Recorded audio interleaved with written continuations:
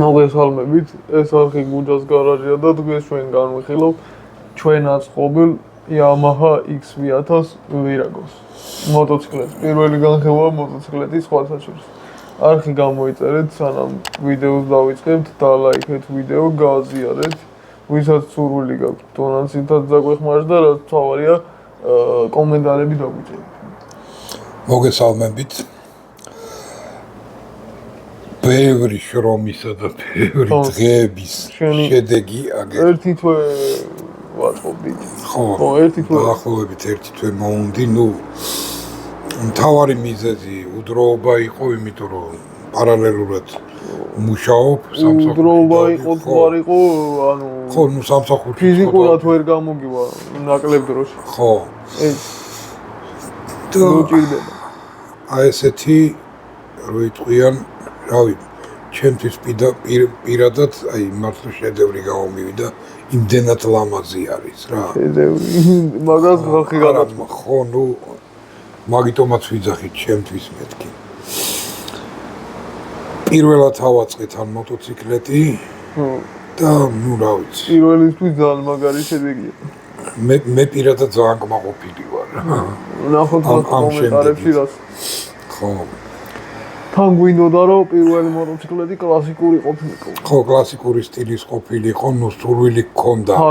Harley Davidson-ის, მაგრამ ფიზიკურად ვერ ვიშოვეთ ეგ მოტოციკლეტი. და ვაწყედი Yamaha. და მაგიტომაც გადავწყვიტე, აგერ მიახლოებული რაღაც წააგავს, ხო, Harley სტილი, ჩოპერი სტილი არის. ჩოპერი. ეს მოტოციკლეტი, კონკრეტულად ეს მოტოციკლეტი და თან სხვათა შორის ძალიან ლამაზი არის, ნამდვილიც კი, ნამდვილი ძალიან ლამაზია. დადის.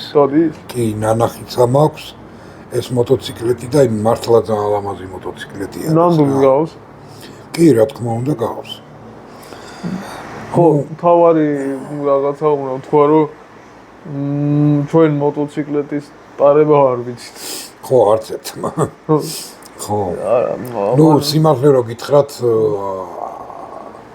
ბავშვობაში ერთი-ორჯერ მოპედები იყო ჩემ დროს. ხო, მინი მოპედი ერქვა იმ მოტოციკლეტს. ერთი-ორჯერ მოპედია და მოტოციკლეტი მოტოციკლეტი. ხო, ჯამში რო ვთქვათ 1-2 კილომეტრი მაქვს ნასიარულები მოტოციკლეტი. ხო, და თან ისა. და მან დამთავრდა ჩემი მოტოკარიერა. შეიძლება ეგრე ითქვას. მოტოკარიერა. ხო. ხო, რა ვქნა. ვიზუალურად მოტოციკლეტები ძალიან მოგწონს. კი, სხვათა შორის სხვა რო ატარებს მოტოციკლეტს მომწონს. მე ვაფშე რა მომწონს. აი ძალიან მაგრად მომწონს, როცა მოტოციკლეტზე ზის ქალი. ხო, უხდება. სპეციალური ეკიპირებით. ხო, უხდება, კი ბატონო. რაც შეეხება თვითონ კონკრეტულად კომპანია Yamaha-ს, ძალიან მოკლედ მოვყვები, იმიტომ რომ რაც მოვიძიე ინფორმაცია, ძალიან მწირი ინფორმაცია არის. ყველაფერი როგორც არაერთ ვიდეოში ვახსენე 19 საუკუნეში დაიწყო.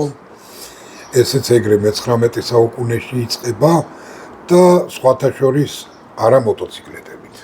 ელექტროპიანინოებს უშვებდნენ როგორც ვიცი. ხო, ეგ ელექტროპიანინოებს ეხლა უშვებენ, თორემ მაშინ არ იყო. მაშინ ხო პიანინოებს 19 საუკუნეში ელექტროპიანინო ფიზიკურად არ არა, ეხლა უშვებენ და ის მაშინ იყო ორგანი იყო, კლავისინი იყო, პიანინო იყო, როიალი იყო. კი. და ბავშვობიდანვე თვითონ ამ Yamaha-ს აღმოაჩნდა ნიჭი იმისი, რომ აი ხირკედელაობა რაღაცა. მაგრამ უყოთან აი გაიტაცა საათის შიგნეულობა. მექანიზმა, ხო. საათები მეც მიტაცებს მომეს ხოთა შორის. ხო, აი თვითონ ის მექანიზმი როგორ იყო აწყობილი რაღაცა და პლუს მაგასთან ერთად პიანინოს აი ეს დეკა რო ქვია რა, რაზეც სტრუნები არის დამაგრებული და სპეციალურად ხო მაგის გამო რომ კარგად რო შეესწავლა, ხო? აი პიანინოს მექანიზმის დარეგულირება, ხმოვანი დარეგულირება, რასაც ქვია რა. სპეციალური სკოლაში სწავლობდა, რომ კარგად შეესწავლა. ეგ ყველაფერი მექანიზმი როგორ და რანაირად შეიძლებოდა რომ აეწყო. დაადგა და თვითონ დაარსა თავისი კომპანია. მაგის შემდეგ წლების განმავლობაში უკვე თან დახვეწა даже რამოდენიმე კონკურსიც კი გაიმარჯვა მაგისმა პიანინომ. და როიალთან პარტიებსაც უშვებდა რა. დაახლოებით რამოდენიმე 1000 წელს უშვებდა უკვე მოძლიერდა რასაც ქვია. მაგრამ ნუ როგორც ხდება ხოლმე მეორე მსოფლიო ომი დაემთხვა. ხო, მეორე მსოფლიო ომამდე სახელმწიფომ შესთავაზა როგორ იცი რომ დაავალა თვითფრინავის პროპელერები დაემზადებინა ხისგან. და პროპელერებს უშვებდა რა და ომის დროს, მეორე მსოფლიო ომის დროს, ხო, მაგისი ქარხნები გადაამზადეს სამხედრო იმეებისთვის. სამხედრო ტექნიკისთვის რა, პიანოების მაგრად სამხედრო ტექნიკას ამზადებდნენ. და მერე ომის მერე როგორც ხდება ხოლმე რა, კრიზისი დაიწყო. თითქმის გაკოტრების პირას იყო მისული კომპანია, არა და ერთ-ერთი უძლიერესი კომპანია იყო. თან მსოფლიო მასშტაბით.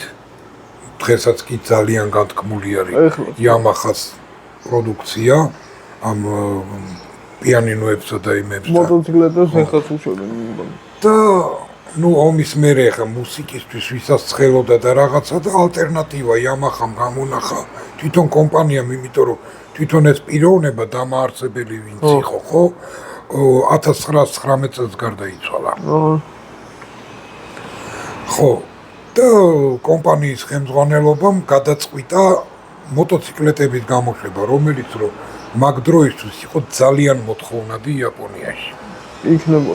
ხო, სხვათა შორის სანამ გააგრძელებ ეს ვინც არიცით ტამიასკეტია.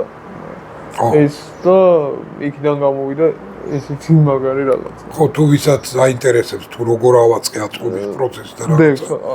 არხზე არის რამოდენიმე ნაწილად არის დაყოფილი ვიდეოები. თავიდან ბოლომდე. და როგორი გამოვა. ხო, ნულიდან აი ამ აქამდე სუნთლიანად მაქვს გადაღებული და ვისაც ჩაწერილი. და წარმოიდგინე 1955 წელს დაარსეს უკვე Yamaha Motor Company. სახელიც შეუცვალეს და რაღაცა და კონკურენცია იყო ძალიან დიდი. იქნებოდა, იმიტომ რომ მაგ დროისთვის უკვე Harley-ს არა, თვითონ იაპონიაში შიდა ბაზარზე 150 კომპანია ფუნქციონირებდა მაგ პერიოდში, რომელიც რომ მოტოციკლეტებს უშვებდა. და როგორია უნდა გაუწიო კონკურენცია. ხო, და როგორია გაუწიო კონკურენცია, მით უმეტეს რომ მაგ დროს პირველ ადგილზე გიგანტი იყო Honda. ნუ ეხლა სხვააც მოიაზრებოდა. და შენ წარმოიდგინე რომ Honda-სთვის უნდა გაეწიოთ კონკურენცია. Suzuki-ც ხო იაპონური. კი, Suzuki-ც, Kawasaki-ც. წარმოიდგინე ეგეთ გიგანტებს უნდა გაუწიოს კომპანია. ხო, ისა კონკურენცია. როცა რო ისინი ადრეული დროიდანვე უშვებდნენ მოტოციკლეტებს რა. ჭიპი რო აქვს მოჭებული. ხო, რა, რო უკვე აი თვალდახუჭულა რო აწყობენ მაგის ისინი. თვალდახუჭულები. ხო, ხელოსნები მოტოციკლეტებს და რაღაცა ნოლიდან უნდა დაეწყო. დაიწყო და გამოუვიდა. კი. ხო და იმდენად კარგად გამოუვიდა, რომ იქ ნუ შეჯიბრებები გინდა, ავტოშოუები გინდა, არაერთი პრიზი აქვს აღებული Yamaha-ს. ისა მოტოს გრან-პრი და რაღაც. ხო. როგორც ფორმულა 1-ის გრან-პრი არის, ისე არის MotoGP. ხო, და კონკრეტულად ვირაგო რაც ქვია, ეს არის, ნუ აი ჩოპერის სტილი გააკეთეს რა. აი როგორ იცი, აი ლიმუზინის ვარიანტია, მანქანისთან. გრძელია? არა, გრძელი არა. უფრო მაღალი კლასია, როგორც ეს კლასი რა, ეგეთი პონტი აქვს მოტოციკლებშიც რა კატეგორია. არის სპორტული ვარიანტი, არის კლასიკა. თან სპორტულ ვარიანტში არის მსუბუქი სპორტული ვარიანტი, მძიმე სპორტული ვარიანტი. არის ყველგან მავალი სპორტული ვარიანტი. არის ჰიბრიდული ვარიანტი. ჰიბრიდული რაც ნიშნავს, რომ ტრასისაც არის და მივხვდი ხოლმე ის მეგონა. გამიგე, მით უმეტეს რომ დაჟე აი ჩვეულებრივად ქალაქში სამოძრაოთაც კი არის ეგეთი მოტოციკლეტები. რომელიც რომ ჩვეულებრივ გზაზეც, ასფალტიან გზაზეც და გრუნტიან გზაზეც შეგიძლია იარო. გასაგებია. ხო. და ამ ვირაგოს ვარიანტი აი პირველი რაც გააკეთეს 1984-ში დაიწყო. კონკრეტულად ეს მოდელი ვირაგო XV 1000 გამოვიდა 1984 წელს. და მგონი 13 წელი თუ რაღაცა გამოდიოდა ვირაგოს. თვითონ არა XV 1000 ნუ მან როგორიც XV 250-დან დაიწყო და ადიოდა 1100, 1200 და ასე შემდეგ. და 19 წელი გამოდიოდა ეს ვირაგო. ხო, გასაგები. ხო.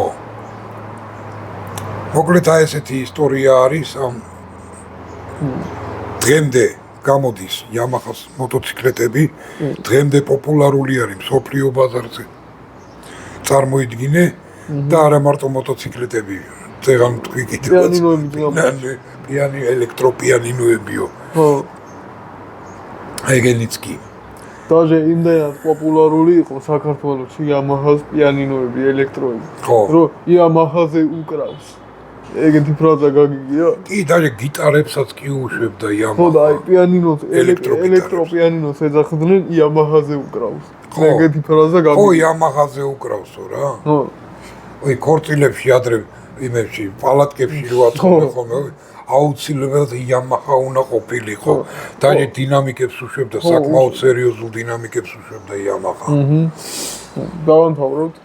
ხო, რავი, დავამთავროთ. აი ესე მოკლე ისტორია შემოგთავაზეთ. იმედია მოგეწონათ ჩემი აწყობილი მოტოციკლეტი. ბაიკერების სურვილიც ავასრულეთ.